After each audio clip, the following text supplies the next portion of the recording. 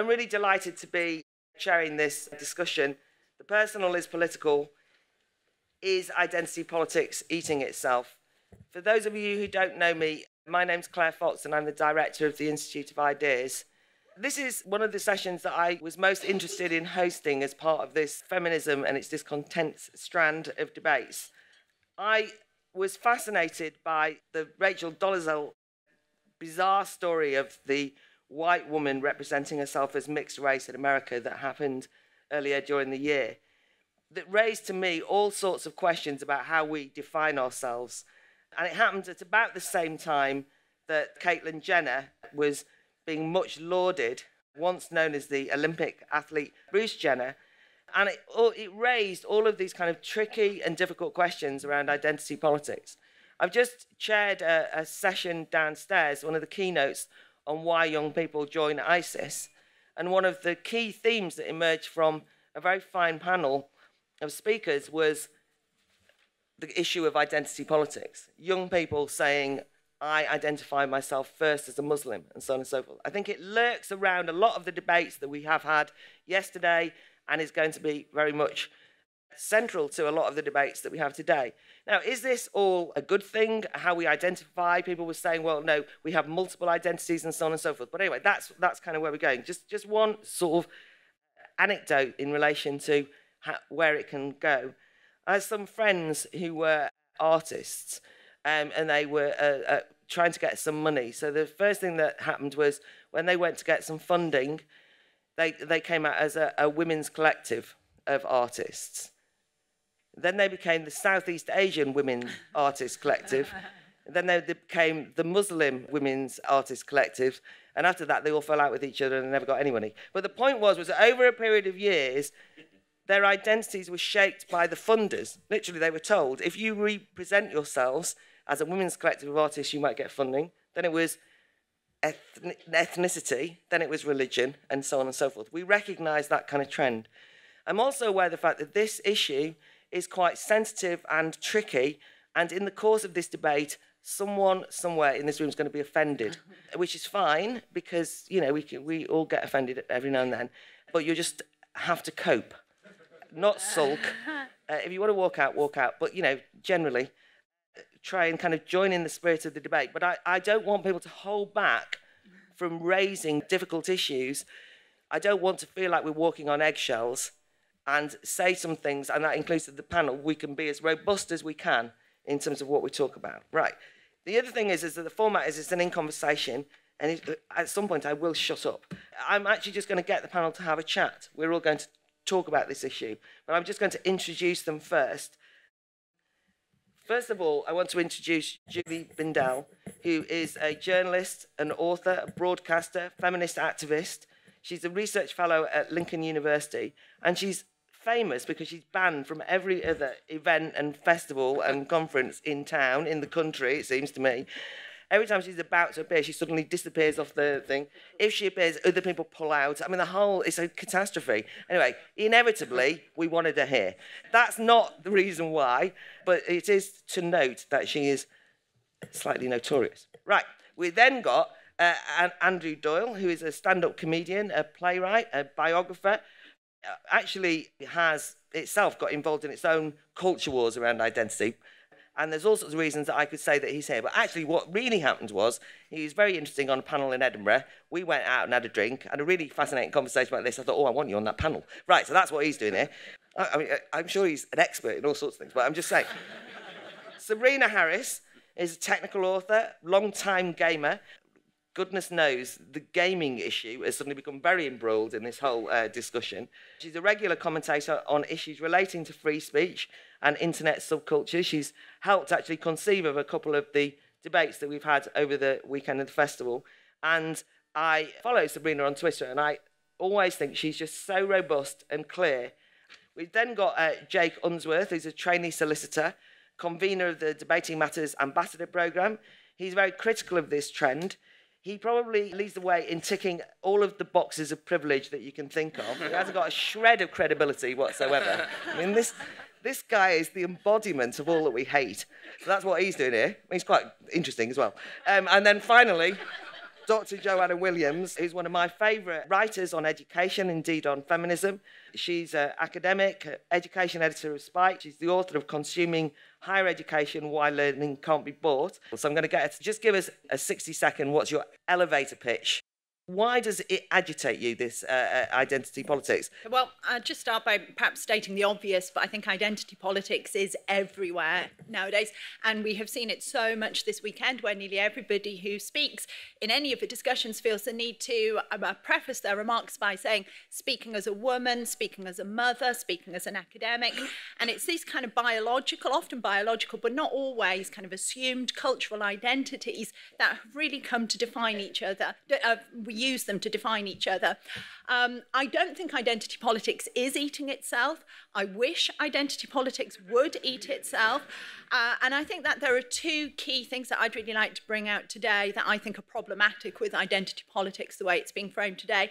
The first is just it's incredibly limiting. It's about defining ourselves based on the most biological, the most boring aspects of our identity and not being able to move beyond that. This is not transformational, this is limiting. Second thing is that often claims to identity are based on victim status, and we become involved in what's termed a kind of oppression sweepstakes, where to be able to maintain our identity, we have to outdo other groups based on who is the most victimized, and I think that's incredibly unhelpful.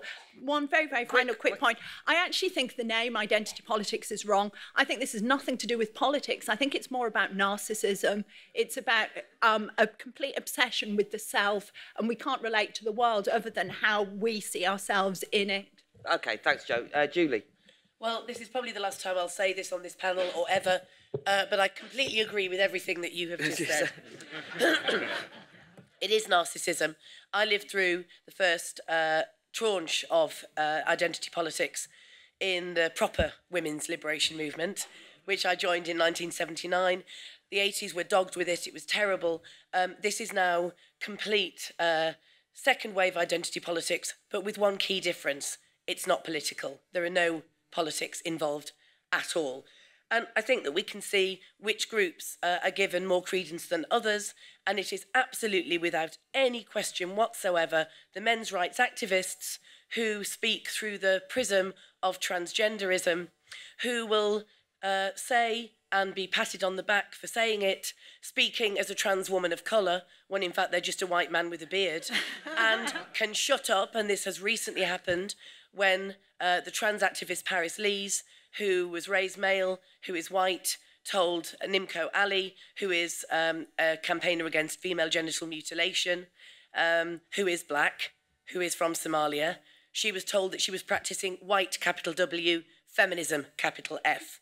So if a white man can tell a black woman that they have the absolute authority, the moral, ethical, political authority on something, the world has gone fucking crazy. Right, there we go. She doesn't disappoint, does she? Right, okay. Anyone else? Right, yeah, Andrew. Thanks. I really appreciate Claire pointing out that I'm basically a fraud and shouldn't be here, but nevertheless. So actually, something that Joanna said really reminded me. I was recently listening to the radio, and there was a talk about bullying in schools, and a man who was on there prefaced it with that statement, speaking as a parent, which to me must be one of the most annoying phrases in the English language, basically. It's right up there with I'm not racist, but, isn't it? It's a terrible sort of phrase to preface an argument with, because it implies a couple of things. This really troubles me about this. It implies, firstly, that he has a special kind of authority to talk about this subject by virtue of the fact that he's reproduced.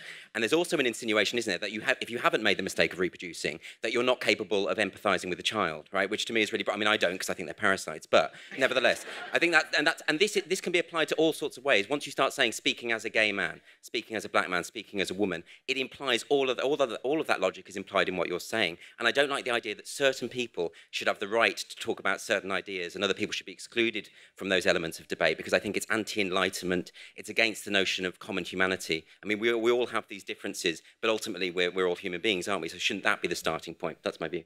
So now that I've checked my privilege thoroughly and found it wanting, I think is the introduction that Claire's just given me. I think the key question that we now have to ask is, what does it matter? What does it matter if we're defined by identity? And the key thing is that it matters enormously. It breaks down debate in a way that means we don't have access to it anymore. And what I mean by that is, in the old-fashioned days, you had two choices. You could either engage or you could shut up. Now you have a third option, and that is to silence the person you don't like, or silence the idea that they've put out there that you don't want to engage with and you just want to shut them up. And that's leading to the kind of situation that Julie's just talked about, where you have bizarre debates about the person raising the idea rather than the idea itself. And that's not the point. The point is to argue about the merits or non-merits of a particular idea and battle it out rather than focus on ad hominem attacks, which is exactly what identity politics promotes. And that is the real problem with it. It doesn't necessarily matter that it's so ridiculous and that it's now beyond satire. It's that it is breaking down the barriers, or rather raising barriers and breaking down the ability of us all to debate big ideas. Okay. Sabrina.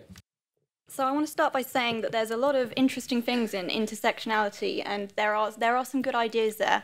But what's happened is that it's become distorted, and I think that's because if you're using intersectionality as like an academic to see groups of people and how oppression works there, that's fine. When you start applying it on an individual basis, and as we've been saying, when you're using it to shut down people's viewpoints and say, actually, you don't get to say anything. I mean, I've been reliably informed that I am actually a cis-het white male many, many times. This is something I haven't yet confirmed myself, but yeah. So I think that the real problem here is that it's not being productive. It's actually making things quite a bit worse. I think it might actually end up eating itself, because you have this competition between different groups, and you can only fraction so far. So I think ultimately it will be counterproductive. Okay, now listen, I just want to encourage us all to now just chat, but obviously not all at once. But Julia, just to come to you, but then sort of just indicate if you want to say something. Your point, Sabrina, there that you made about, it can be helpful to know or to see certain things. That's fair enough.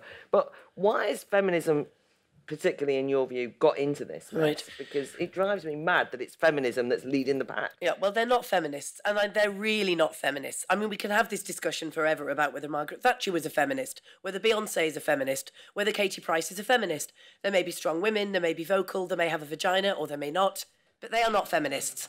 Every other social, political movement has a basis, has a set of principles and beliefs, right? The working class movement does, the anti-racist movement does, and feminism does. And it is the one social political movement that everybody seems to think they can rewrite and own. And actually it is about overthrowing the oppression that women face from patriarchy, from men, from male supremacy, whatever way you want to say it. These dickheads, these keyboard warriors, these identitarians are not feminists. They are whinging narcissists. And they think that they can identify as feminists because actually we are quite a nice movement. We tend not to chuck the nutters out. Right? We tend to embrace them. This is the problem with some of the left. And I'm firmly on the left. And if you're not on the left, then you can't be a feminist as far as I'm concerned. So you can fuck off. But when I think that it was feminism that went through this in the early 80s. For example, I was homeless when I moved to London. And I had a look in a window and saw that there was a room available in a co-op house in a squat for a Jewish, lesbian, feminist, vegetarian. Now, I've got Jewish heritage, so that bit was fine. I'm a lesbian, obviously, and I'm a feminist. I say obviously because no man would have me, which, right? But I wasn't a vegetarian, and nor am I still. And I got chucked out because they found a chicken carcass in the bin. So my friend had been round, right? But I used to go around to the Irish house next door, which was the Irish lesbian feminist house, because they always used to come back on the boat from Dublin, and they had whiskey. But at the time, what was going on was, I was chucked out with the chicken carcass because I wasn't an authentic vegetarian. And the woman in the Irish house was found to not have any Irish heritage at all. And she was chucked out. So what used to happen then is that we would lie just to get into a meeting, right? There was this thing that was called, it was fat identity politics, right? So it was like fat liberation. And literally I used to say, do you have a pair of scales at the door of this conference so that if you're thin, you had to pay more? It was ridiculous, but at least there was authenticity. It was ridiculous, it was mad, but at least there was a sense of political negotiating where you would recognise that somebody black might suffer structural oppression compared to a white person. Now, as I say, it's the white man with the beard identifying his arse as black or as female. This to me is a problem, but identity politics per se have become so ridiculous that, as you said, they're beyond parody and we need to sort it out. Julie, I just want to say, actually, I think it's the people who you might term the proper feminists, the second wave feminists, who I think are really responsible for a lot of this, because it's the second wave feminists with their slogan, the personal is political, that have really paved the way for the generation of feminists who you're now so scornful of, rightfully scornful of. But that slogan, the personal is political, and particularly the way that it's played out within academia, for example, basically said that any objective fact about the world is worthless compared to people's subjective experiences, and it's how people experience things in a very subjective way that counts. And obviously then you completely lose the ability to evaluate any concept, any knowledge, any political position, because it's all based on your feelings. It was really a case of bringing feelings into the classroom and feelings into politics. It's second wave feminists who really started this. Andrew, just also, well, any reflections on that? But I was also thinking about one of the things that Julie has emphasised, but that I've also recognised, is the old days, but now you have to come up with your credentials. So people do start making them up. And I think that does explain that bizarre case in America, right? Which is and the irony is that you want to be more oppressed. So it's the toxic mix with victimhood, isn't it? It's like sort of like, you know, actually anti-racist. It's not, I want to have slavery in my background because it's a great thing that you can drop into the conversation and get brownie points for them. It's like hopeless. So everyone's like wandering around going, God, let there be some terrible, you know, ancestry, you know, we were, and so on. Anyway, any thoughts on that? Yeah, you shouldn't underestimate the allure of being oppressed. Identity politics does seem to lead to this notion of a kind of competition of grievances. I mean, you see it all the time. You're not entitled to talk about this because you haven't been through what we've been through, that kind of thing. It actually reminds me of one particular incident, which was last November.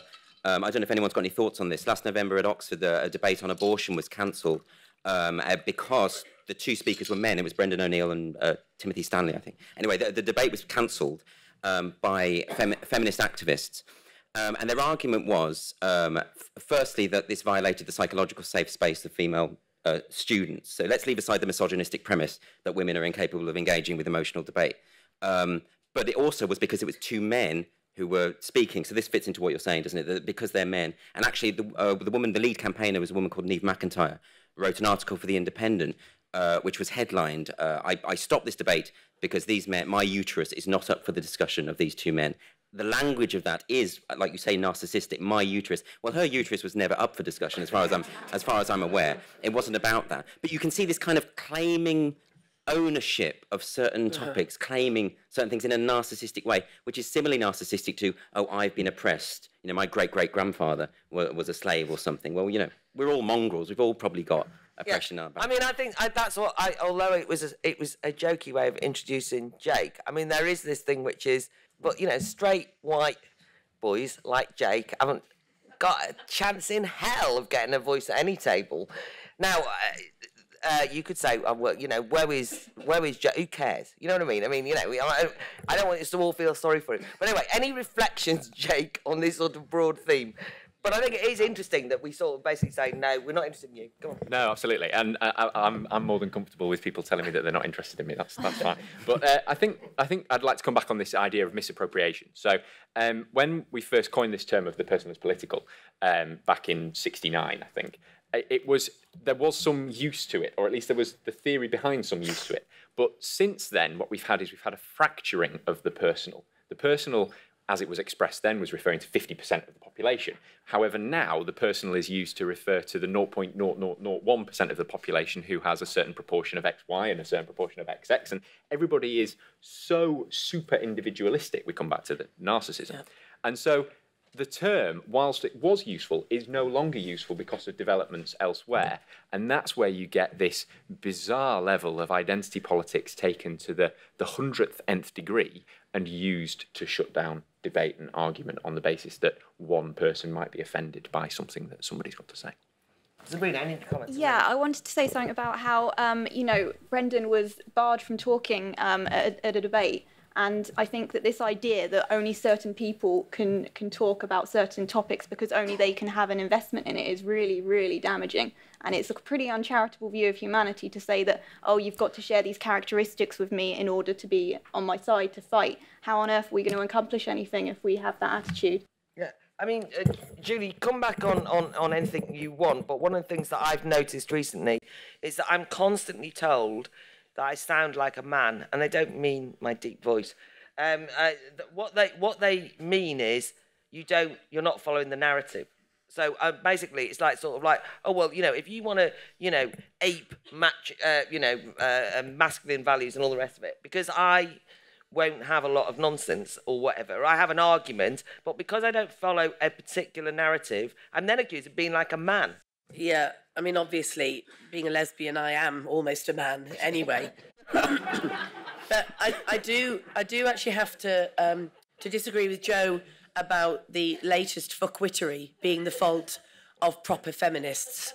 The personal is political was a very important concept to bring women's experiences out of the private sphere, where we were absolutely, contained, into the public sphere, where women who were individually being beaten by individual men, or had been sexually abused by individual fathers or stepfathers, or who had suffered men's violence because they were girls and women, never talked to each other. They always thought they were the only one. So therefore, consciousness-raising groups, which came out of the personal is political, explored the fact that this was a sex class oppression, that there is a structure called patriarchy, and this is an oppressive regime that, if you roll your eyes any further, they'll probably end up in that ceiling. Anyway, that women as a class suffer oppression from men as a class. So it was really, really important. And then the identitarians took hold of it. The postmodernists, the Judith Butlerites, decided that there was no material reality in being female anymore. And I'm anti-biological determinist, by the way. I believe that social construction is what makes us what we are.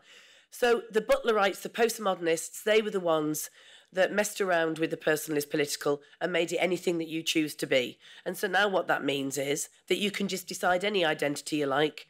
It helps if you're a man to start with. Incidentally, that debate where Brendan and co were no platformed for being men, they were deeply transphobic. They should have said womb bearers rather than women, because you're now not allowed to talk about having a vagina or a womb or anything that actually does materially really affect women in this society. It's womb bearers, because trans men, of course, can get pregnant. So it's about who can own the actual label. And trust me, there is not a right for me as a white woman, and nor should there be, to all of a sudden start hectoring at black people who've experienced racism and identify as black. I would be kicked out of that room. But isn't it funny how Bruce Jenner and how, what's your fella who was the boxing promoter, Frank Maloney, they can just say they're women. It's a feeling now. It's nothing to do with any material reality at all. I would love to see an end to the label woman, female. I'd love to see an end to gender. I don't feel like a woman. I've no idea what that means. But I'm told constantly by men that they know what it feels like to be a woman. Joe.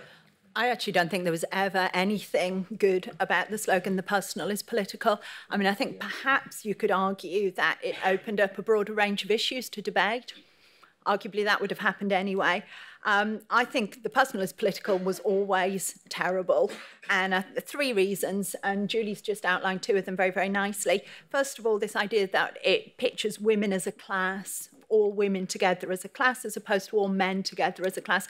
That's just rubbish. Women are not a class. I've got far more in common with many men than I have with plenty of other women. And by in common, I mean even in terms of kind of vested interests. If I want to secure a good life for myself, a good life for other people, I'm far better doing that by joining with men than by associating purely with other women.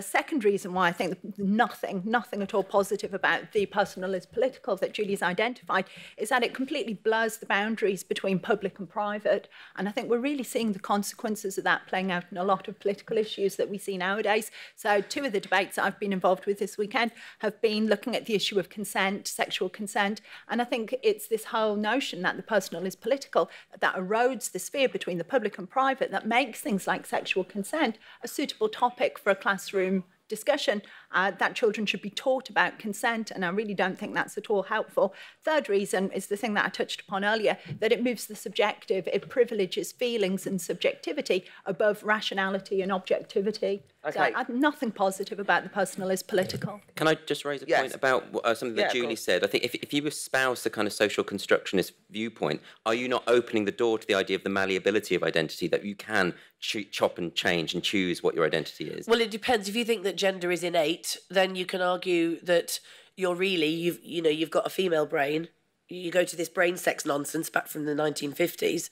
If you think that gender, as I do, is a social construct, totally a social construct, then what are you swapping and changing? I mean, I'm a gender abolitionist. I'm not a gender defender. You're just leaping from one set of socially constructed stereotypes to another. And, wearing a tutu and Dr. Martin boots and a shaved head and tattoos, you can think you're all queer and trendy. But actually all you're doing is you're taking what's already been constructed as stereotype feminine characteristics, stereotype masculine characteristics and putting them together. Yeah, a lot of this seems to play on stereotypes. I mean, for instance, the NUS Women's Conference, which was very recent, where they passed a motion saying we are prohibiting gay white men from appropriating black female culture, which is predicated on the idea that there are certain gestures, mannerisms and language that only black women should have. It should be the exclusive domain of them, and that it shouldn't be the case that other people can approach. And to me, that is peddling in stereotypes as much as anything else, I think. Yeah. But they are deeply biologically determinist, all of them. Right. They are based on the premise of a lady brain. And of course, the penis on a trans woman is a lady stick. I quote. I haven't seen one for a very long time, but I doubt if it looks that different. Anyone else on the panel want to say anything? I think we also perhaps need to touch a little bit more on this point about a crisis of objectivity and about the idea that we've now got down to this point where we have to talk in subjectives all the time. It's the founding basis of intersectionality, and I think that it has a relationship with what we're talking about. I think it's the thing that has led to the personal is political becoming so pervasive. But I think that's something we need to elaborate on a little bit. Okay, Sabrina, anything? One more thing. I think one of the other more productive sides of it is how on earth can we solve this? How on earth can we make it slightly better? And one thing that tends to happen with identity politics is that if you're accused of being something, sexist, racist, etc., and you say, hang on a second, no, I'm not, here's why, you are kind of feeding into that and you're almost validating it, which is a real problem, I think. So how you tackle it is something that we need to talk about, I think. I've actually noticed that myself, that it's sort of, it's so tempting to kind of hide behind there, how dare you, I'm from blah, blah, or I am, and so on and so forth, as a defence mechanism. But you do then start showing each other your scars. I mean, it's like ridiculous. You're like, how many brownie points, and so on and so forth. So there's already a lot of hands. So I'm going to take Big Bunch, we'll come back. A lot of toing and froing, as it were. Sorry if this is a broad and naive question, but to help clarify where the views of the panellists converge and diverge, I'd be interested to know what they think about the following. Is there a difference between who you are, and what you do? And if there is a difference between those three things, what does that difference consist in? I don't know if this is drawing away from what seems to be the core of the discussion, but what is very striking in what has been said so far is that, and what is very apparent about this crisis of identity politics, which is very evident currently, is that there seems to be an absolute absence of a material politics. So when we talk about commonalities, the thing that I have in common with my wife and every other man and woman who is a parent is that, and which is an important aspect of a feminist material politics, is the problem of 24-hour or all-day childcare. And then, so there's two major issues, childcare and the regulation of fertility.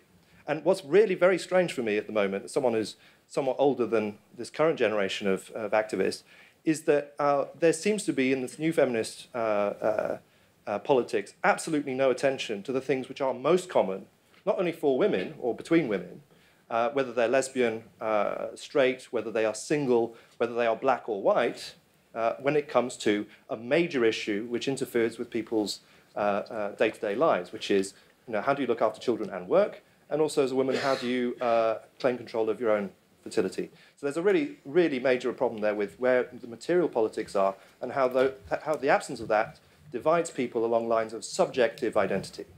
The other point about the subjectivism of identity is really important.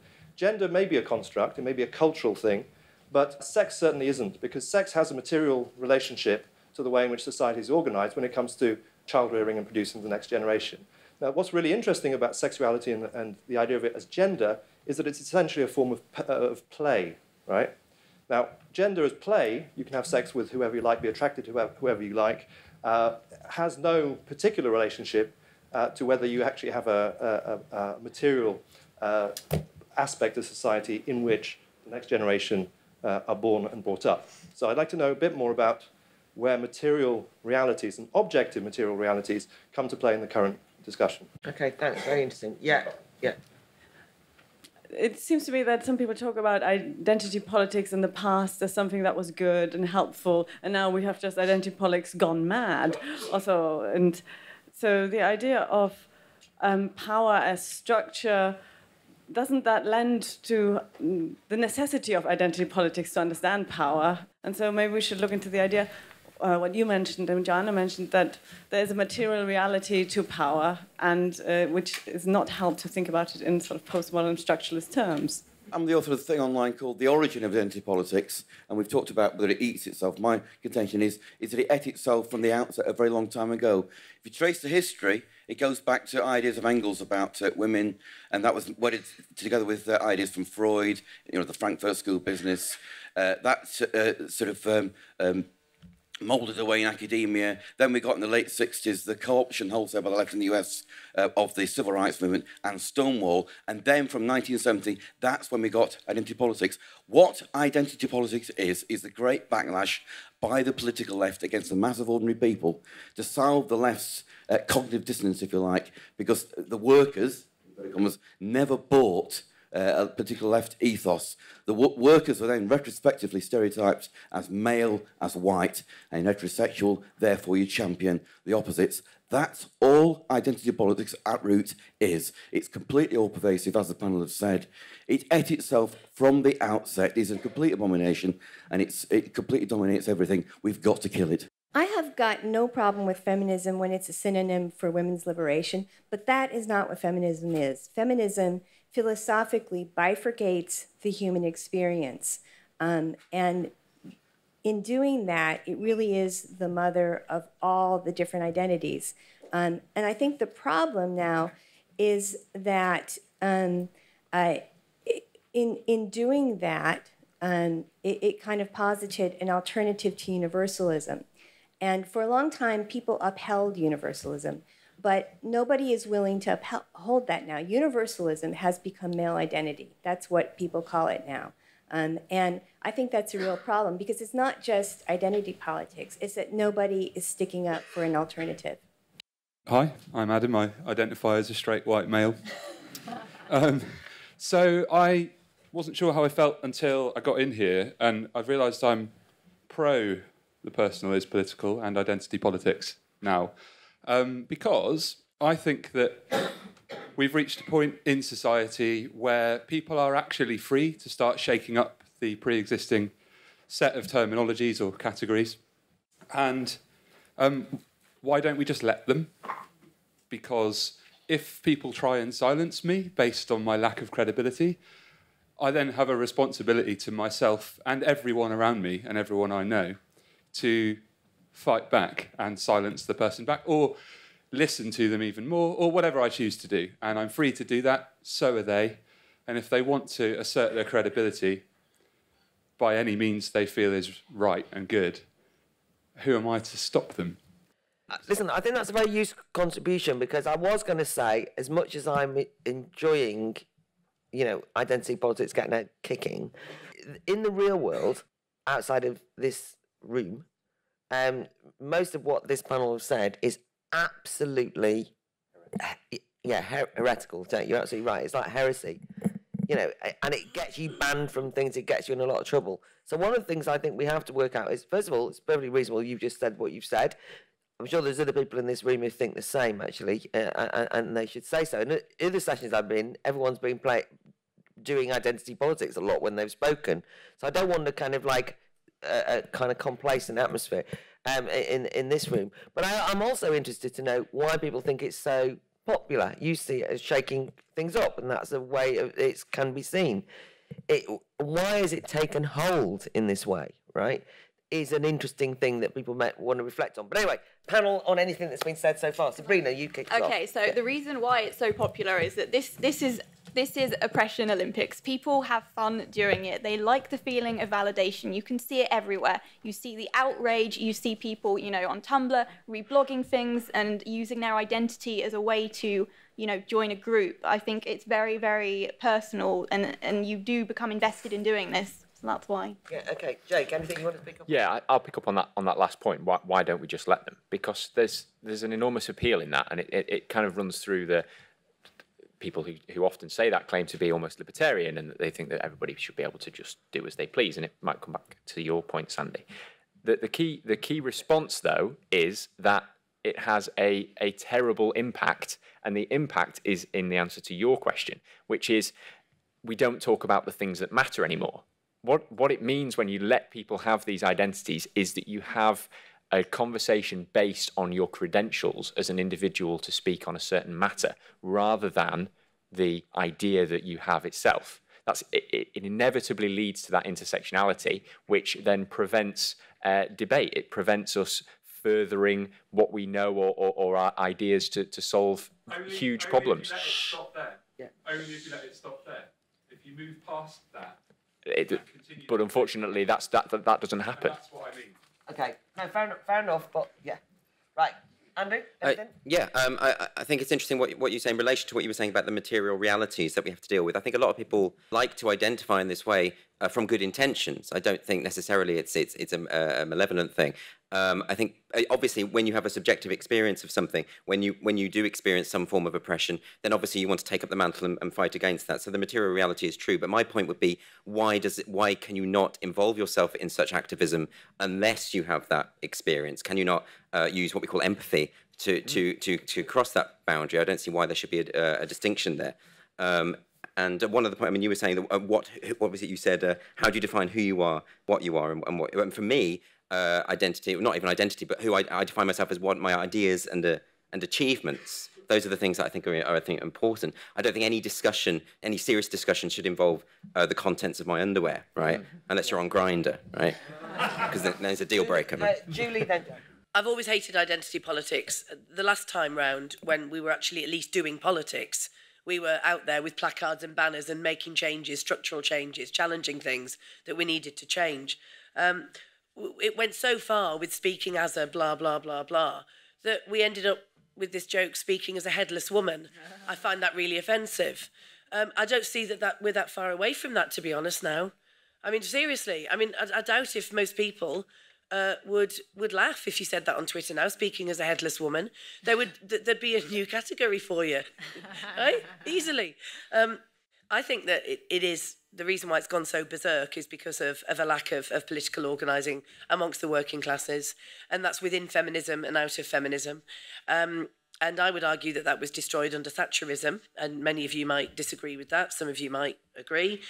And so now what it is, it's, in terms of feminism, those that call themselves feminists that do this, that are not, they're extremely, and I'm sorry, but I'm going to have to bring an identity in here. They are extremely privileged, upper middle class born, namby-pamby pampered little twats.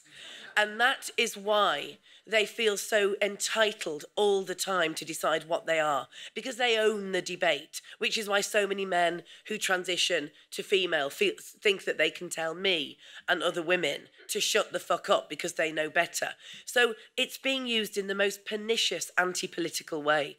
And I do think a lot of it's to do with class, because when I was doing feminism, when it was, back in the 80s, battling through the identity politics, we still achieved masses of stuff. But we understood it was actually the class that you fight for rather than the class that you were born into that matters. and we saw the changes that came about. Now, what they're doing is that these women, these young men and women, have decided that this is all about their individual rights, not a collective movement. And so their individual right is not to be hurt, not to be offended, and to decide what they are, even if it's a million miles away from what they actually are. Okay, yeah. Joe, quick.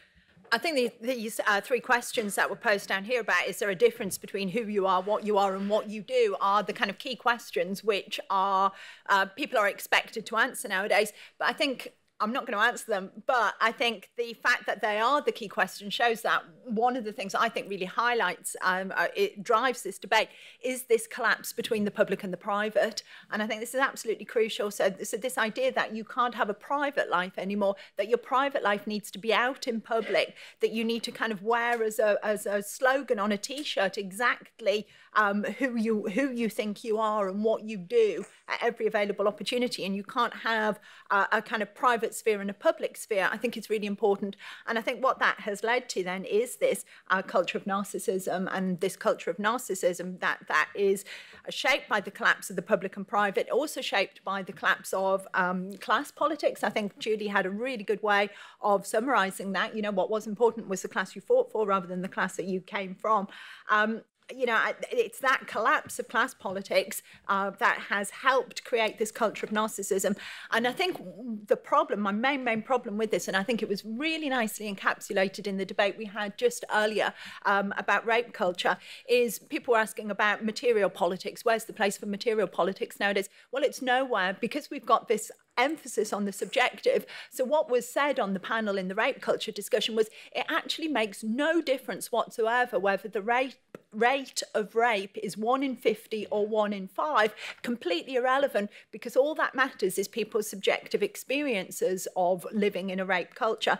So that way that you can completely disparage any objective fact means that material politics just doesn't happen anymore. So my comment / question, the panel's been talking about the personal and the political as having existed separately before identity politics, kind of, but I don't think that it's fair to say that they're completely separate spheres, because the personal and the private has always been legislated by the public, by the state, especially in terms of abuse or violence within relationships and that sort of thing. So I don't think it's quite fair to say that these two spheres have even existed, because the personal has always been legislated by the state and by laws. And so in that sense, I don't know if there really is a separation.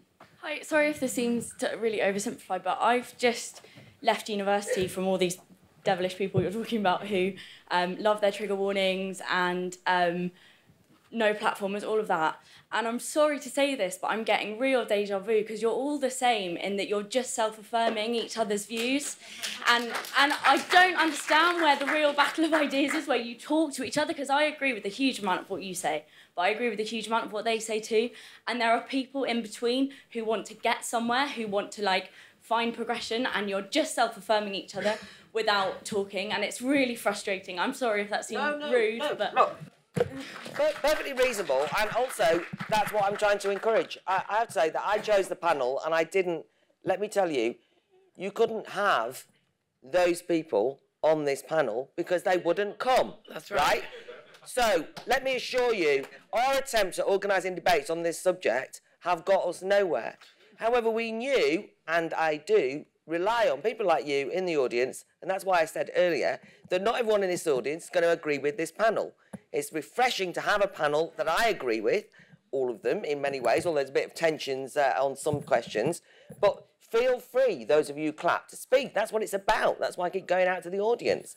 So you can say you're all agreeing, but what about this? But when you speak, then say what you want to say, not say anything about that. I don't care. Forget them. What do you think? Right, moving on. Right, anyone else? She just made a great point. I was going to say something similar to start off with. But you touched on earlier on what's known as Kafka trapping, where you accuse someone of something and you take their denial of that as evidence that they are the thing you accuse them of. You also mentioned no platforming and safe spaces. All these things amount to tactics to avoid debate. And as you said, they didn't turn up today to debate. So how do you debate people who refuse to even discuss? I just want to make the point that I worry about the word identity politics being used in a very monolithic way, as if it can only mean sort of a one type of politics. A lot of the examples of identity politics that we've heard of, the victimizing languages, the sentence beginning as the examples of censorship, are things that a lot of people would really disagree with and be extremely concerned about. But I wonder if we can complicate what identity politics mean to incorporate a whole range of different types of politics. Jeffrey Weeks, when he was talking about sexuality many years ago, wrote about identities as being necessary fictions, as sometimes having a strategic use which you want to use to get to somewhere. And I wonder, and then my question then back to the panel is, if identity politics is this bad thing, so I haven't heard people want to say, well, I like this bit about identity politics, but I don't like that bit about identity politics.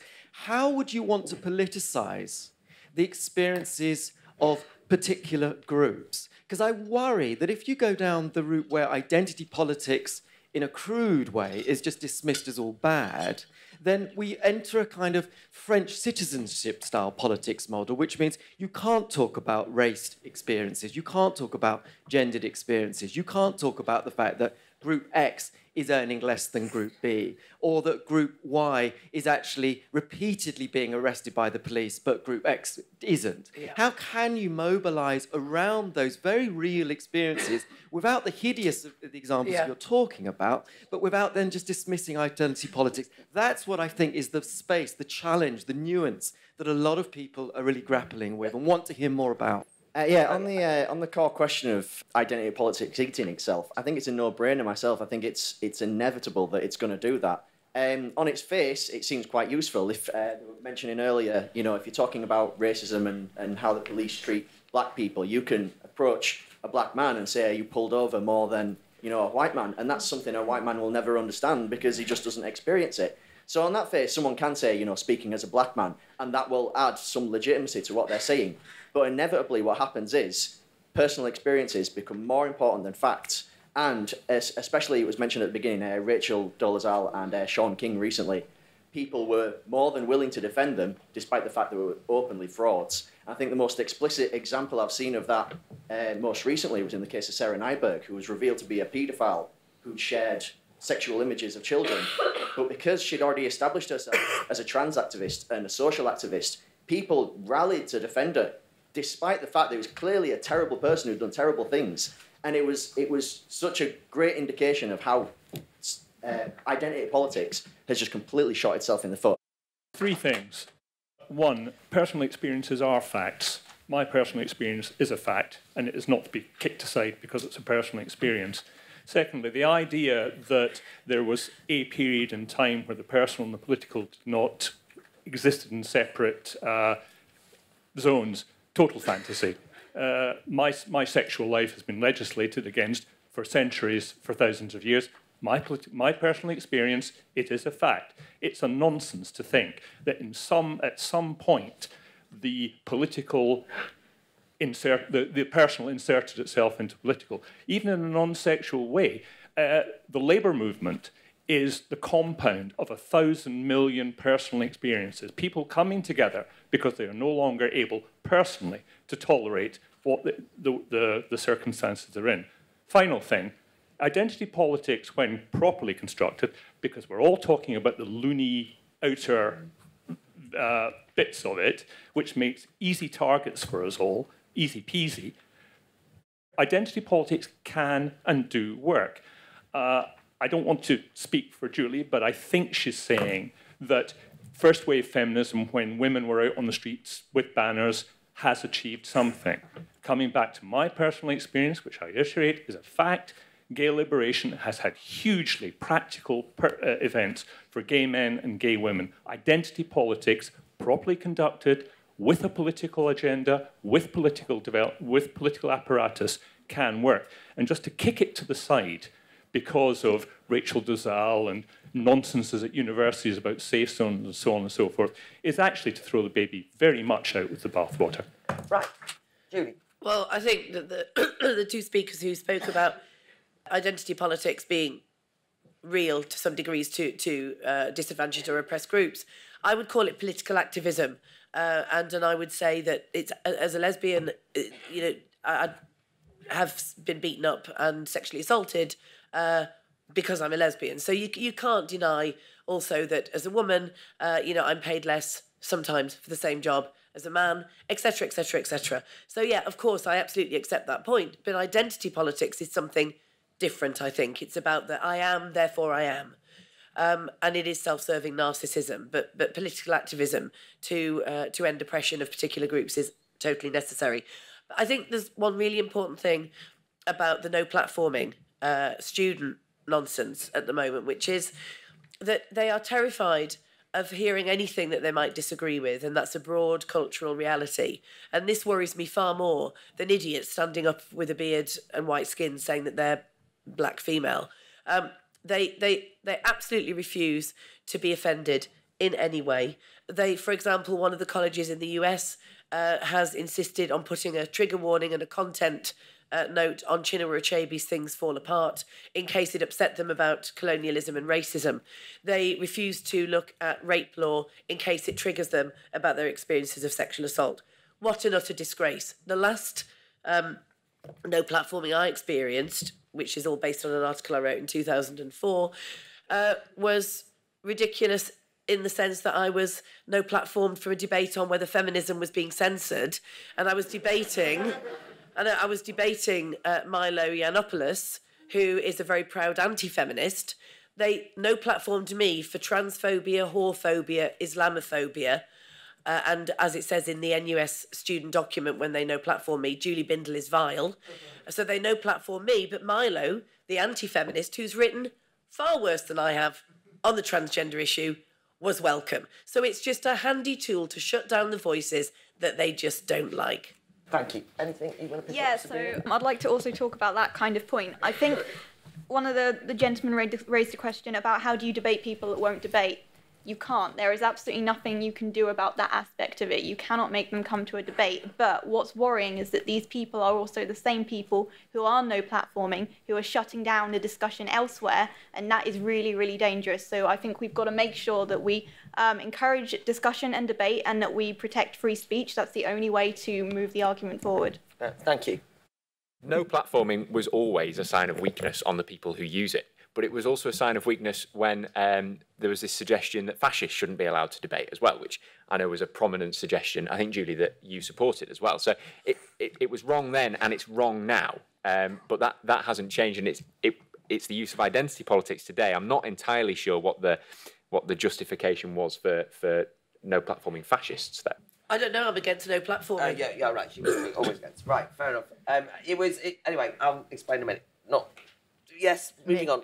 Jo, sorry. I think we've got to be very, very careful about saying that personal experiences are facts. I think there are some personal things that are facts. You can look at how much someone gets paid. You could look at how many times they were stopped by the police. You could look at how much they have to pay for their mortgage or their rent, etc. And you can look at facts in that context. As soon as we move beyond facts that can be weighed and measured like that, we move into the subjective sphere, and then you blur the lines between the subjective and the objective. And it's because that has taken place so much that we can even ask questions like, how do we politicise the experiences of different groups? Which I think is an interesting question. And I think it's, like I say, a question which stems from the dominance of identity politics. I think identity politics just gets in the way of real politics. I think the most important word that's been said in this debate so far was said over here about universalism. To my mind, politics is about winning people over to your argument. I mean, that's democracy, essentially. It's about winning people over to what you think by having those arguments out with people. But if we're all just defined by our own individual experiences, and everybody's individual experiences are so different, then you don't actually ever attempt to do that thing of winning people over to your argument. You're just respecting people for their personal experiences. So okay, leave it there.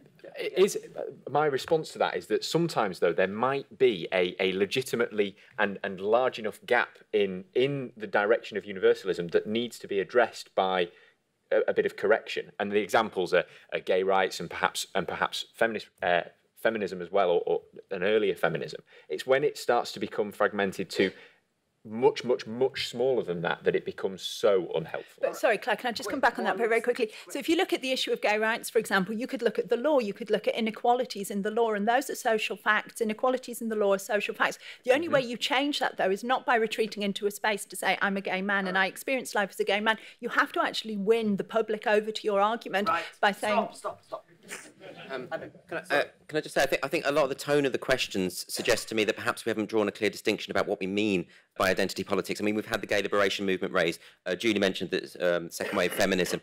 These movements and civil rights movements are largely characterised by empowerment, aren't they? And I think the notion of identity politics as it's being played out at the moment, that is prevalent in universities, for instance, is very much about embracing victimhood and about weakness. It's a very completely different kind of thing. I think that's the thing that we're attacking rather than the notion of civil rights or the notion of politicising personal experience. I think that's the point. Over to the audience.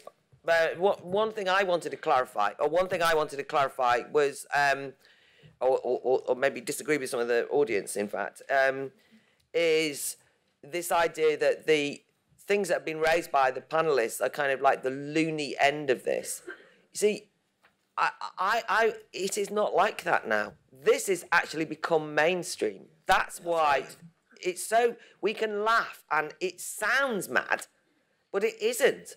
So in organisations now, in part of training, you know, it's I am Claire Fox, and the pronoun I want to identify myself with this week is it, he, she. And if you don't do that, you can't work there. It's not like these are things that are going on, right?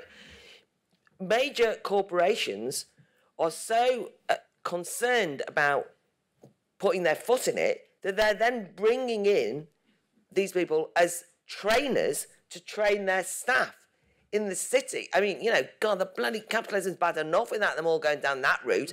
Yeah. But I mean, it's much more mainstream than you'd think. And so I know that it's kind of like, oh, it's only those weirdos on university campuses, but for a start, a lot of people go to university now. It's a whole generation, but it's not just those people on university campuses. It's not just on Twitter. It reaches its, you know, you can see it most there. It's mainstream in America, and it's for me. So for me, it's the key political issue, because people are saying, well, we've got to get back to politics. Well, this is politics. For me, defeating this is a major contribution to being able to have a political atmosphere. That's one of the reasons why I want to do it. And I think that people, I really liked Julie's point about politics. I mean, it's not politics. We call it identity politics, but it itself is not. It's apolitical.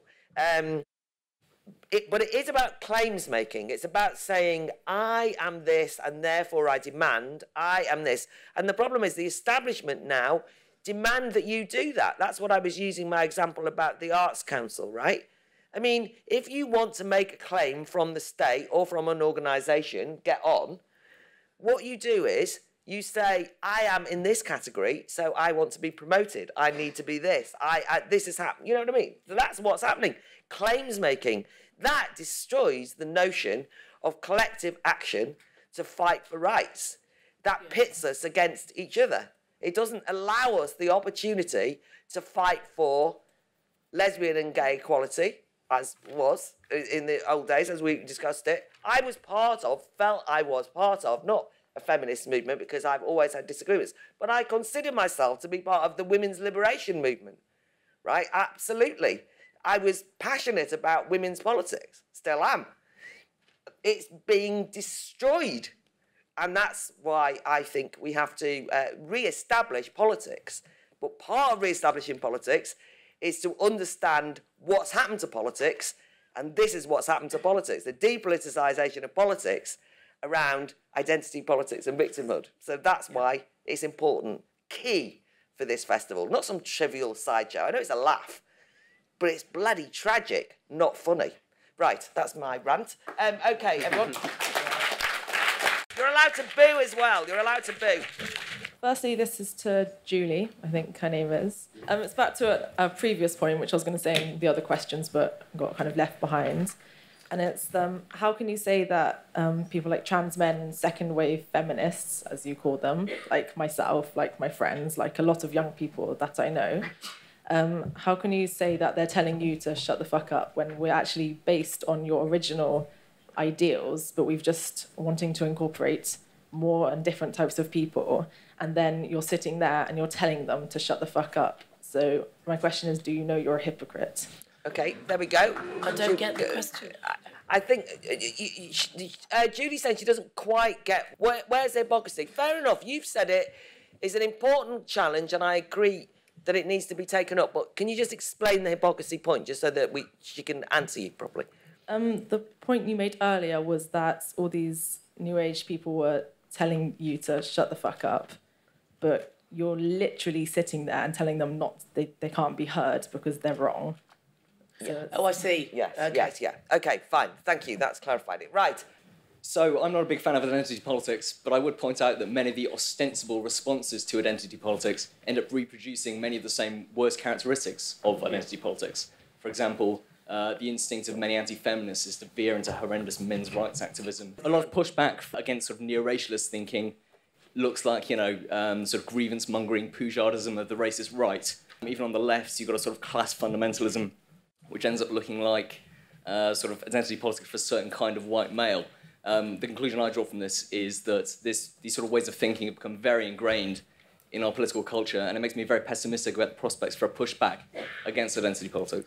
I think that's a very good point, because politics and what was described as class politics is now people sort of saying, I'm from a working class background, and I mean, and as you said, the right are at it, left, right, and centre. The men's rights thing drives me mad. It's like victimhood. I mean, it's just ridiculous. I agree with you. Right, there you go. Yeah. Hi, I wanted to pose the movement of positive discrimination, and if you've got movements to have 50% women in government and black and minority groups getting certain career progressions because of this reduction that they were black or an ethnic minority, and I just wonder if this is a solution or if it's a thing a step back. I just wanted to know what the panel thought. I've still got a lot of trouble with the fact that there's no representative on the table from this movement. It seems to be so important that we're discussing it. I really can't believe that. I'm not going to call Claire Fox a liar, obviously, because there'd be a lot of trouble. But I'm just thinking, could you not have tried harder?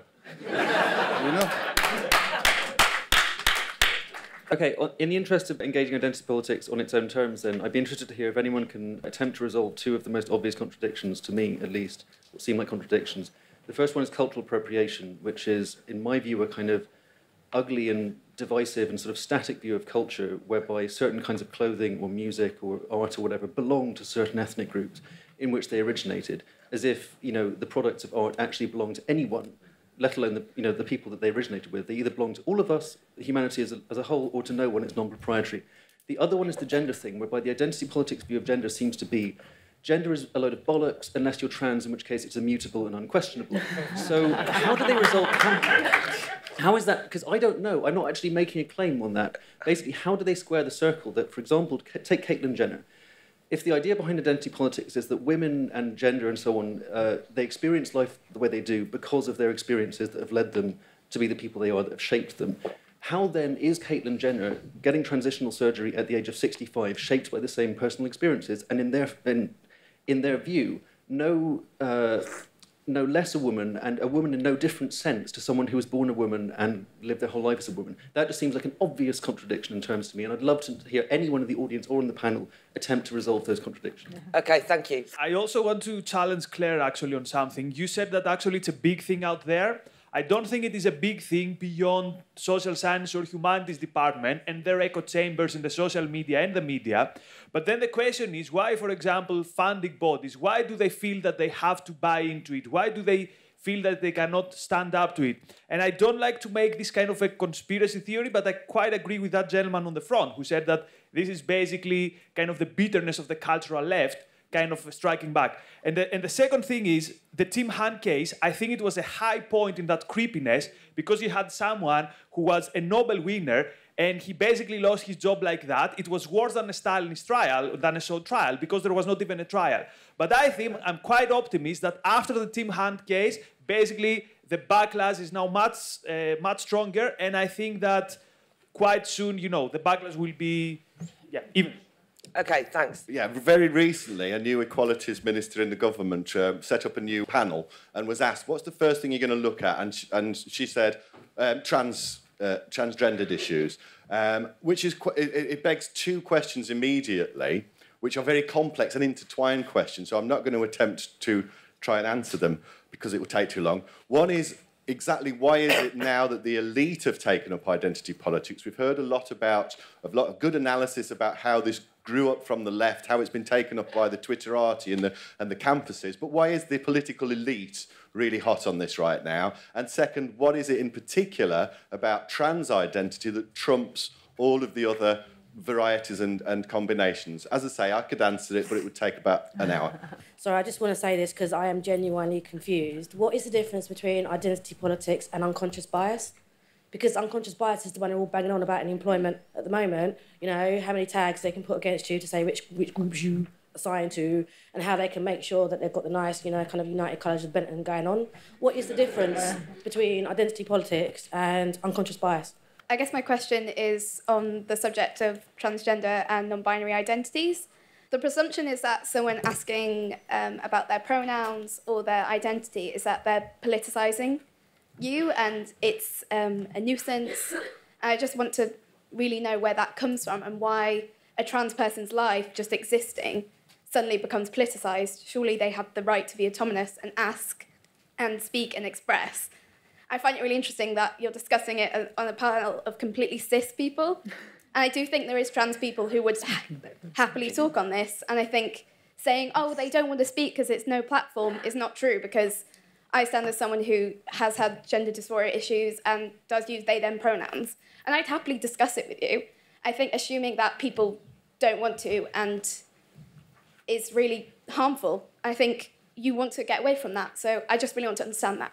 Yeah, so first of all, feel free to clap, but just one clarification. I said that the problem that we have in general is that these things aren't debated widely because, as I've pointed out, particularly in relation to Julie, but as everyone will tell you, it is, she is excluded from things. They wouldn't sit on a panel with her, and then I wasn't going to exclude Julie, right? Julie Bindel was going to be on this panel no matter what happened, and I don't even like her. I mean, we don't agree. What I mean is we don't agree. We never thought in our political careers, probably, that we would even speak to each other. That's how bad it is, right? But she was going to be on this panel, and I didn't care what happened after that. So that was one thing. But the other thing, what I would say to you is, it certainly is not a panel of representative types. I was joking about Jake. It wasn't like a sort of thing where I went, have we got a trans in? I don't think you have to be like that. I just think if you're going to have a discussion, make it even.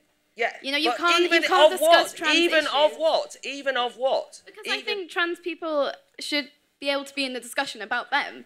You know, it should be autonomous. Funny enough, this is you know, yeah, you're that's so what I'm vain. saying. It's So not for about trans people. This is about identity politics. Oh, I mean, on the subject of, sorry, you discussed it earlier. Just on that subject alone, I think. No, but it would be interesting to make it. I mean, you can happily disagree with me. I'm not saying that. I just think it would be interesting to have. But I'm just explaining the premise on which we put the panels together is not based on going around with a tick box, going, have we got a black face? Have we got a trans person? Have we got a... We don't do it that way. This is the Institute of Ideas in which we say the most important reason why someone's on the panel is their ideas. And I'm simply explaining to you, that's fine, but I'm explaining... I agree that we disagree, but I'm just explaining the philosophy of this festival is not like the philosophy of every other festival, which is that we don't walk around thinking about the gender, colour, or type of person they are. We get interesting people on panels. I don't care about anything else about them as long as they're interested. If they're boring, they're never invited back. But interesting, you're on. And if you're interested, you can be on a panel next year. Right. Next person. Yeah. Hello, my name's Edward. First of all, I want to say I'm happy that Julie's here today. I may not necessarily agree with everything Julie says, but I would defend her right to have an opinion. And I think it's, I think it's important that, I think it's a shame that she's been banned from other events, whatever. I think she should be allowed to say what she wants to say. So there's that. But she did persuade me on one point, actually, and that is the keyboard warriors point and the kind of the Tumblr feminists and people like that. And I do agree with her that they are these kind of narcissists. Yeah, I don't think we should be too worried about them. I think the real feminists that she alludes to are the people we should be worried about, because these are the people who've inserted themselves into various government institutions and universities and so on. So I think those are the real feminists we should be worried about. The other thing was that she did make one comment about men's rights activism to do with trans people. I must admit, I didn't quite understand the point she was making there. Now, I'll just say that I don't identify myself as a men's rights activist, because I think I would, if I did so, I would fall into the same trap as if I was a feminist, which is I would start mixing with lots of like-minded people and become this echo chamber that people are talking about, and you'd start to become angry and feel righteous. And I just think that's a very negative way to lead one's life, to be honest.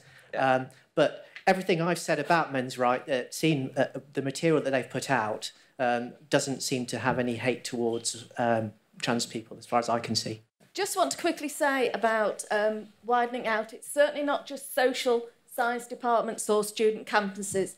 I work in the NHS, and it's a slightly different topic, but we want to talk about the prevent strategy and the censorious nature of the workplace, and the idea that you can't say that and that you have to report.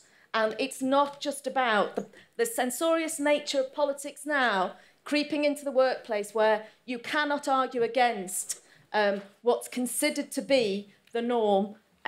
It's appalling, and it's going to get worse.